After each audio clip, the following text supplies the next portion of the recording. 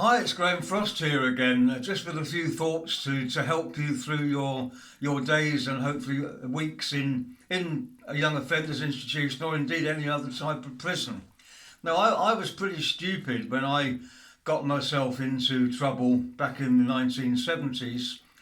I fell under the influence of somebody who didn't have my best interests at heart, really, and I found myself being led into a life of petty crime.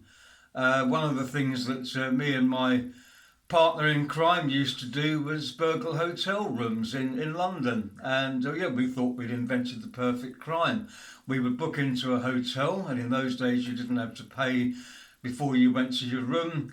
And we would get out of our room, crawl along the windowsill to the next room and open the window, go in and rob anything of value that was in the room. I say we, it was me that did the dangerous stuff.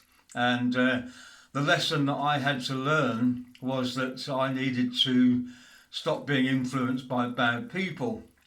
And that lesson took me quite a long time to learn, because I was arrested 2 or 3 times before I had a custodial sentence, and in the end the judge at the Crown Court sentenced me to some time in a young offenders institution. And even when I got to that young offenders institution, I still palled up with the wrong type of people, or one particular guy that I palled up with because I thought he would protect me.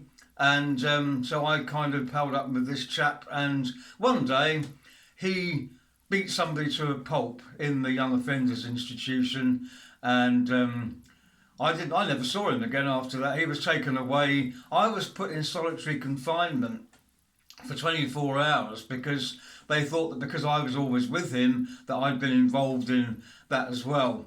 And it terrified the life out of me, actually. Being in solitary confinement was worse than being in Wormwood Scrubs, and I was in Wormwood Scrubs for a month before I went to the young offenders institution. And when I came out of the solitary confinement, I had a personal officer. We used to have a personal officer in those days who kind of took a bit of responsibility for us.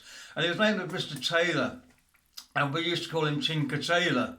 And Mr. Taylor sat me down and he said, "Frosty," he said, "you're not a criminal. Why are you here?" He said, "We get young lads that come in here," he said, "and we know that by the time they get to us, there's not much we can do for them." He said, "But you're not like that." So he said, "Go back to your dormitory," we used to sleep in dormitories, "and have a word with yourself about what you want to do with your life, because I don't want to see you back here again." And I did. And I had previously left my whole family behind to escape from a religious cult, which I haven't got time to tell you that whole story today because it's a short video. But so I thought, I remember thinking to myself, did I escape from that to end up in a life of crime where I'm going to be in and out of prison for the rest of my life? And I decided that I hadn't. So, I think maybe this is the time for you to make a decision about what you can do with the rest of your life and seek help from somebody to get yourself back on track. So I wish you all the very best.